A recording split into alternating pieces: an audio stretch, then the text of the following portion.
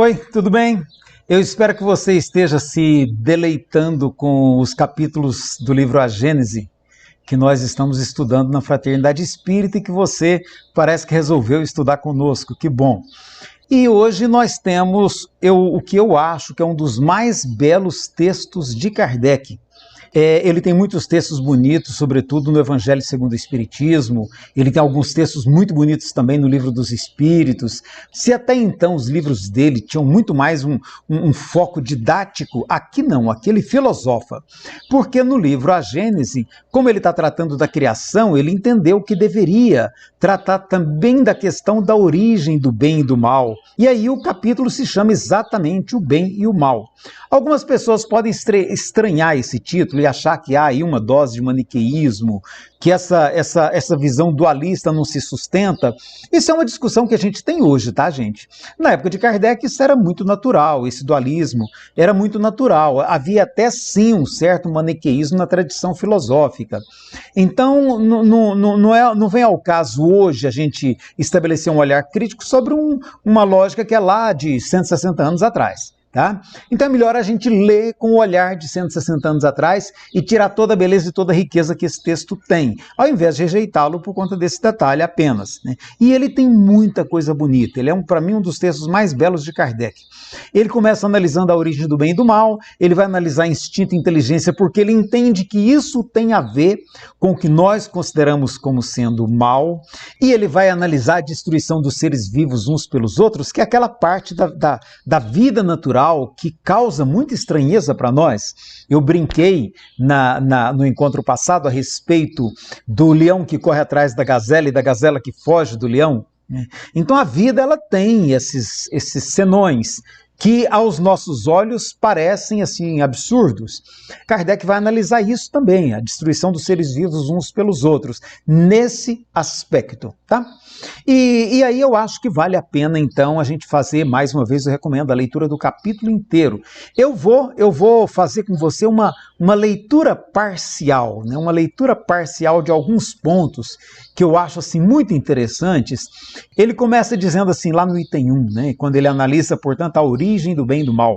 Ele vai dizer que sendo Deus o princípio de todas as coisas e sendo todo sabedoria, todo bondade, todo justiça, alguém pode dizer que ele está antropomorfizando Deus aqui.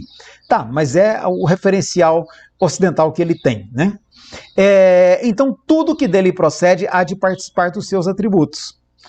Ou seja, se Deus é toda a sabedoria, toda a bondade, toda a perfeição, ele vai concluir que o mal que observamos não pode ter em Deus a sua origem. Bom, se o mal não provém de Deus, então de onde provém o mal?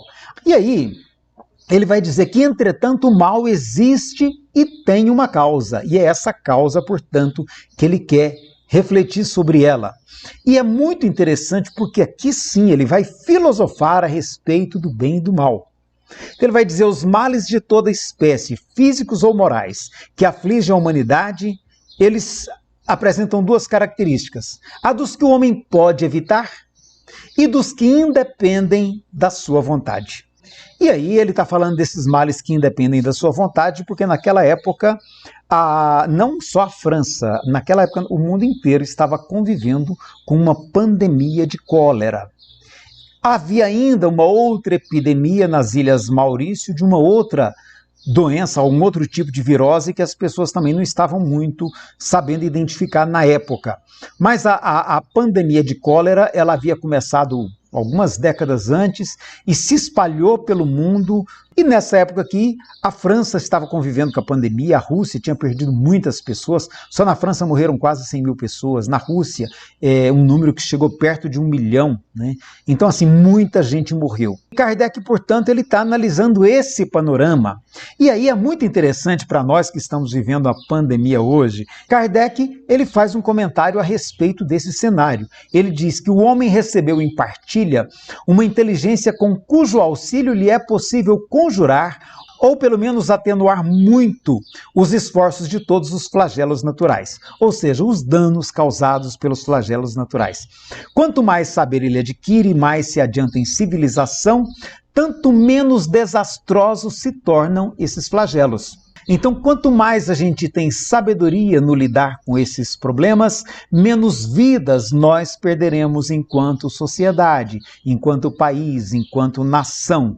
Com uma organização social sábia e previdente, nós podemos chegar mesmo a neutralizar as suas consequências, quando não possam ser inteiramente evitados. Talvez isso explique por que o Vietnã conseguiu até hoje perder apenas 35 vidas.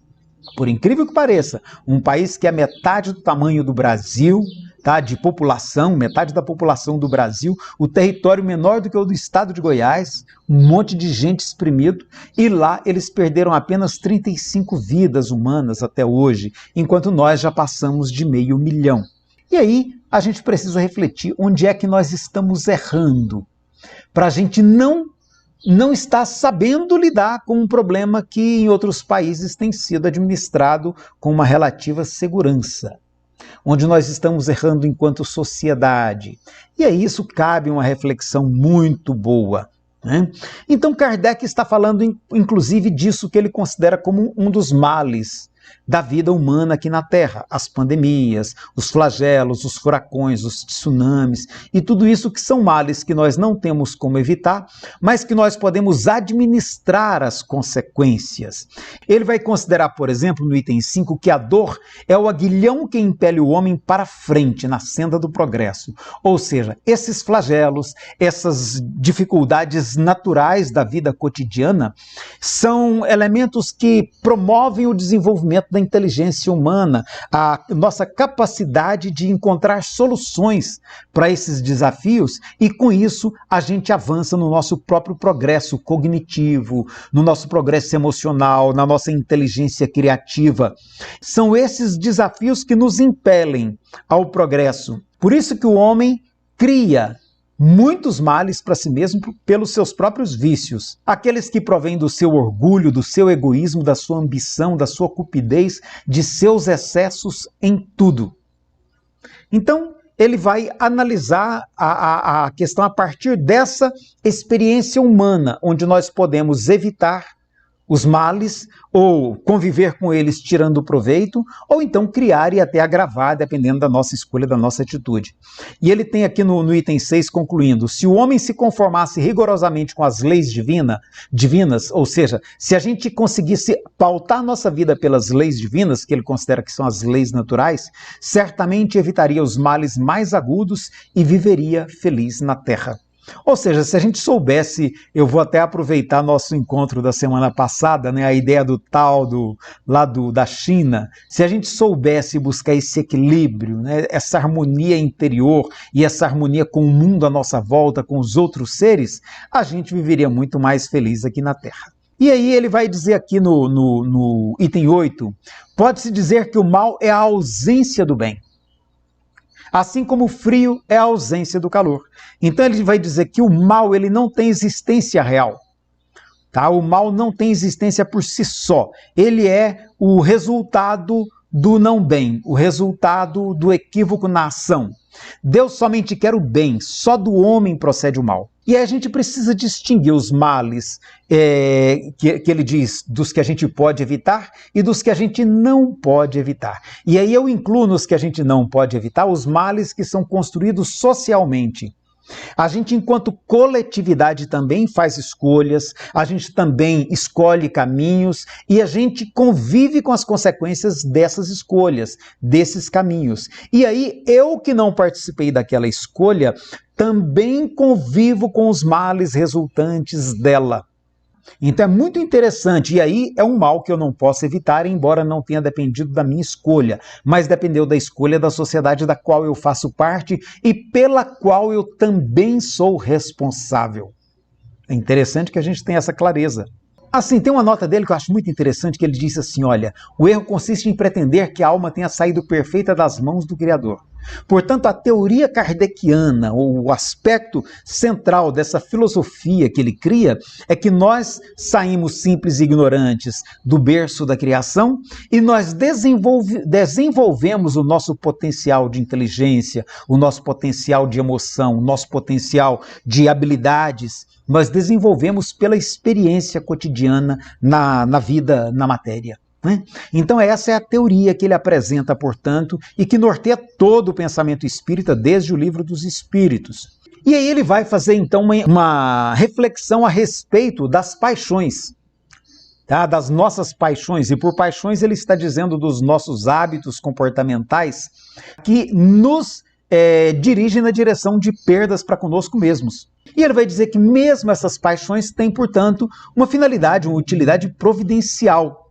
Por quê? Porque elas vão constituir experiência que nos proporciona aprendizado, que nos ajuda a aprender a discernir entre o que ele chama de o bem e o mal. E aí ele vai passar a analisar, portanto, instinto e a inteligência. Por quê? Porque nessa teoria, nessa estrutura filosófica que ele está montando e que está em sintonia também com o que ele buscou lá com os espíritos e com a própria filosofia espiritualista da época dele, ele vai analisar então o instinto e a inteligência. Porque o instinto e a inteligência são esses elementos que vão poder ser desenvolvidos pelo homem nas experiências do seu cotidiano, na experiência do mundo. E ele vai discutir qual que é a diferença entre instinto e inteligência. E aí, nesse ponto, eu quero sugerir a leitura de um livro muito bom, tá? Que é um livro espírita do Dr. Décio Andoli, que não é sozinho, me parece que ele escreve esse livro com outros colegas, que o nome do livro é O Cérebro Triuno. É um livro excelente, onde ele vai fazer uma análise bem mais completa do que essa que Kardec pôde fazer naquela época, quando ele tinha ainda poucos recursos de conhecimento. É um livro que eu recomendo, porque ele vai trazer agora uma leitura já com base nos estudos que nós temos hoje, com base nos estudos da neuroanatomia, da neurofisiologia. Então o Dr. Décio e os colegas que participam com ele da construção dessa ideia, eles têm um estudo muito rico que mostram onde que nós podemos localizar na nossa própria estrutura cerebral essa base dos instintos, a base da inteligência, da criatividade. É um estudo bem mais completo que nos ajuda a compreender melhor, portanto, esse texto kardeciano. Então ele vai dizer que o instinto é a força oculta que impele os seres orgânicos a atos espontâneos e involuntários, tendo em vista a sua conservação. Nos instintos não há reflexão, nem combinação, nem premeditação. Tá? É assim que a planta procura o ar, se volta para a luz, dirige suas raízes para a água e para a terra em busca de nutrientes. Ele está considerando tudo isso como se fosse instinto. Hoje nós sabemos que a biologia trabalha isso diferente. Aí ele vai dizer que a inteligência se revela por atos voluntários, refletidos, premeditados, combinados, de acordo com a oportunidade das circunstâncias. E ele vai entender que a inteligência é um atributo da alma. Todo ato maquinal é instintivo. O ato que denota reflexão, combinação, deliberação é inteligente. Um é livre, o outro não é. O instinto é um guia seguro que nunca se engana. A inteligência, pelo simples fato de ser livre, está sujeita, por vezes, a errar. E aqui eu quero pegar no item 15 uma das afirmações mais lindas do capítulo inteiro, que é quando ele diz assim, olha, por intermédio da mãe, o próprio Deus vela pelas suas criaturas que nascem. Olha que visão linda que ele constrói. Por intermédio da mãe, o próprio Deus vela pelas suas criaturas que nascem. Tem muito a ver com aquela ideia de que Deus cuida do homem através de outro ser humano. Mas aqui ele coloca isso no papel da mãe. E ele vai dizer que toda a natureza é a própria manifestação da providência divina nesse cuidado com o ser humano. Os próprios instintos são cuidado de Deus para com o ser humano. É belíssimo esse capítulo. E por fim, ele vai trabalhar a destruição dos seres vivos uns pelos outros. E aí eu quero chamar a atenção que essa questão da destruição dos seres vivos uns pelos outros, ela sugere muitas indagações, muitas discussões diferentes. Nós não teremos como abordar todas elas, mas nós podemos pelo menos apontar algumas. E aí tem um ponto que é importante, que é o ponto de partida que Kardec adota, e que a gente tem que ter muito cuidado ao usar isso aqui de maneira distorcida, de maneira descontextualizada do que ele está afirmando, né? Quando ele diz que a verdadeira vida, tanto do animal quanto do homem, não está no envoltório corpóreo, do mesmo modo que ela não está no vestuário, tá? Ele vai dizer está no princípio inteligente que presiste e sobrevive ao corpo. A verdadeira vida é do espírito, portanto, é isso que ele quer dizer. Isso tem levado muitas pessoas a subestimar a necessidade de cuidado com a vida.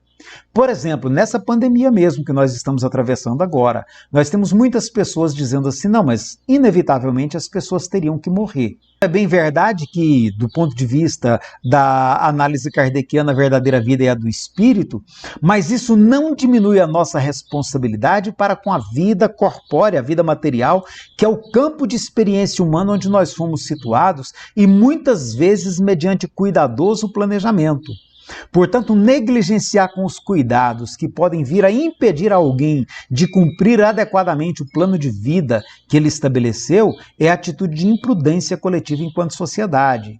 Nós deveríamos estar nos inspirando em exemplos desses países que estão conseguindo salvar vidas, que estão investindo em vacinação, investindo em medidas de proteção, porque nós não podemos colocar, por exemplo, como a gente vê, a pretexto de preservar a economia, sacrificam-se vidas humanas?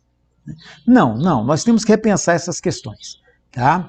Nós temos que pensar porque o fato de a vida espiritual ser mais importante não nos desobriga coletivamente de preservar a vida material. E aí Kardec vai abrir um outro ponto aqui que a gente precisa refletir, pelo menos sinalizar com essa discussão.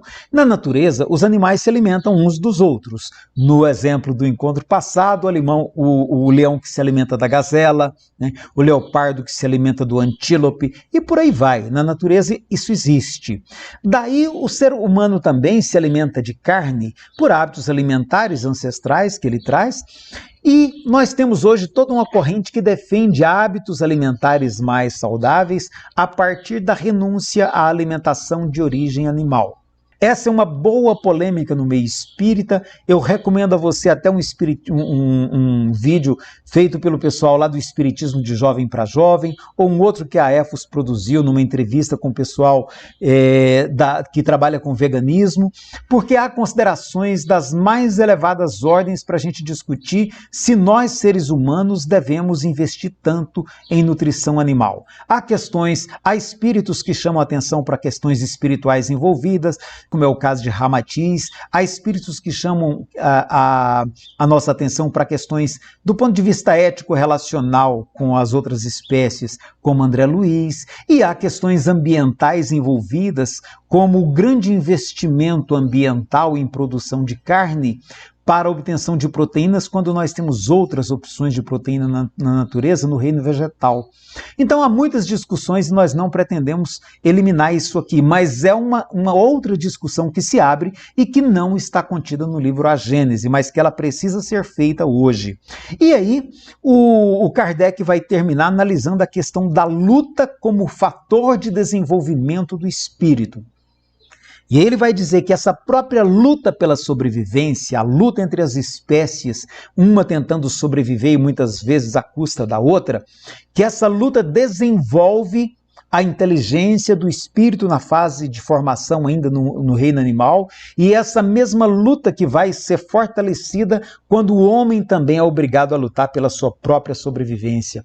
A luta é sempre necessária ao desenvolvimento do espírito, pois mesmo chegando a esse ponto que nos parece culminante, ele ainda está longe de ser perfeito.